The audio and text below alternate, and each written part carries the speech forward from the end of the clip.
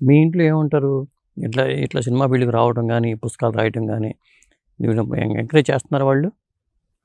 అంటే by God's grace like honestly మా ఇంట్లో నాకేం పెద్ద ప్రెషర్ ఏం లేదు సార్. మా ఇంట్లో ఎంకరేజ్ చేస్తున్నారు. అంటే ఫైనాన్షియల్ ప్రాబ్లమ్స్ కూడా ఉంటాయి కదా సాధారణంగా. సంపాదించాలి, త్వరగా ఎదగాలి అని. అంటే హానెస్ట్‌లీ మా నాన్న దయ వల్ల నాకైతే ఫైనాన్షియల్ ప్రాబ్లమ్ నాకేం లేదు సార్. అది మా నాన్న, మా మమ్మీ, డ్యాడీ ఏంటంటే వాళ్ళ తాలూకు పర్సనల్ లైఫ్‌ని, వాళ్ళ తాలూకు దీన్నంతా వాళ్ళు నా కోసం పెట్టి అంటే నన్ను వాళ్ళు చాలా కంఫర్టబుల్‌గా, చాలా లగ్జరియస్‌గా నన్ను చూసుకున్నారు.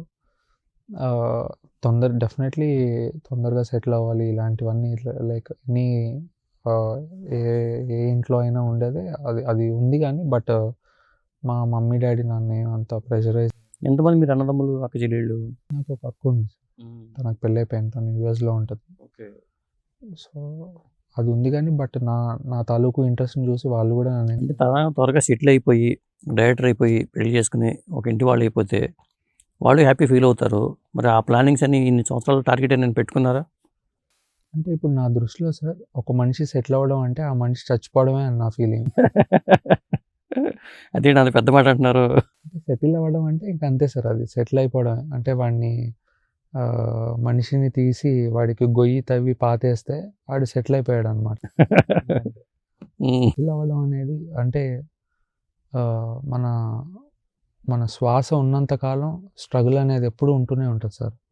అది పెళ్లి చేసుకున్నా, చేసుకోకపోయినా, లేదంటే కెరియర్ అయినా, ఎక్స్ అయినా, వై అయినా, ఏవైనా సరే ఊపిరి తీసుకున్నంత కాలం స్ట్రగుల్ ఉంటది. సెటిల్ అవ్వడం అనేది లేదు లైఫ్‌లో.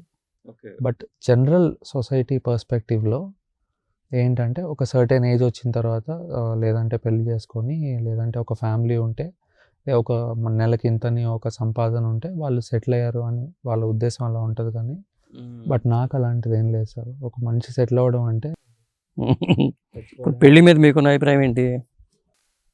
నాకేం లేదు సార్. అంటే అభిప్రాయం అంటే జనరల్‌గా పెళ్లి చేసుకొని సెటిల్ అట్లా పెళ్లి చేసుకోవాలి. లేదా మనం ఇట్లా స్ట్రగుల్ అవుతూ ముందుకెళ్ళాలి. అంటే స్ట్రగుల్ అవ్వాలి అనే ఉద్దేశంతో ఎవరు సార్. అంటే ఇప్పుడు యూత్‌లో కొంత మార్పొచ్చింది.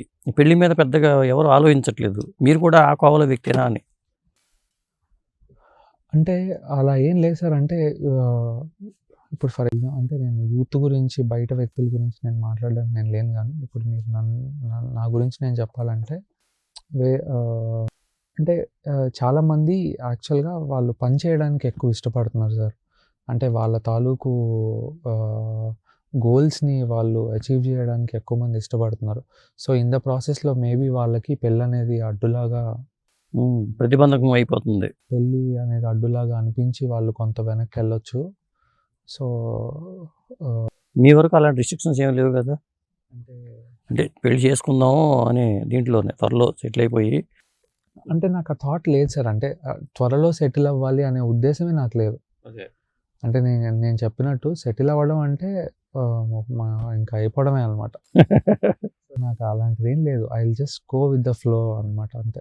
నేను నా పని చేసుకుంటూ వెళ్తాను. ఇన్ ద ప్రాసెస్‌లో ఏదవుతదో అదవుతది. ఇక ది రియల్ యోగి పుస్తకం విషయానికొచ్చేసరికి మీరు ఎంతవరకు సాటిస్ఫై అయ్యారు ఈ పుస్తకం గురించి? 100% మీకు సంతృప్తికరంగా అనిపించిందా?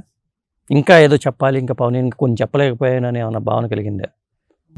అంటే నేను రాసేటప్పుడు ఆహ్, ఆహ్, నేను రాసేటప్పుడు నా మనసులో ఉన్న మన మనసులో ఉన్న ఫీలింగ్ బయటకొచ్చేసిన తర్వాత, అది అవతలోడు విన్నా, వినకపోయినా మనకు చాలా మనశ్శాంతిగా ఉంటది.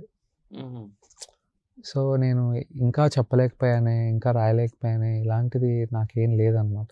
డెఫినెట్‌లీ మేబీ నాకు ఆహ్, తెలుగు భాష పట్ల నాకింకా మేబీ ఇంకా బాగా పట్టుంటే, నేను ఇంకా ఎక్స్ట్రార్డినరీ వర్డ్స్ మేబీ యూజ్ చేసి ఉండేవాడిని. ఇంకా ఇంపాక్ట్ క్రియేట్ అయినా బాగా రాశారు. ఉండేదేమో అని నాకు. లేదు, బాగా రాశారు. నేను చూశాను కాబట్టి, పుస్తకం అంతా చదివాను కాబట్టి, మీరు చాలా కోట్ చేశారు అవన్నీ.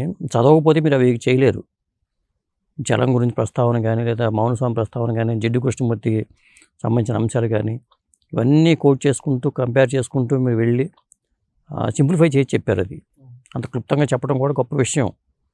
చాలామంది ఏంటంటే, తను చెప్పదలసిన విషయం చెప్పలేకపోవడం వల్ల ఎక్కువ ఎలాబరేట్ చేస్తారు. మీరు క్లుప్తంగా చెప్పగలిగారు.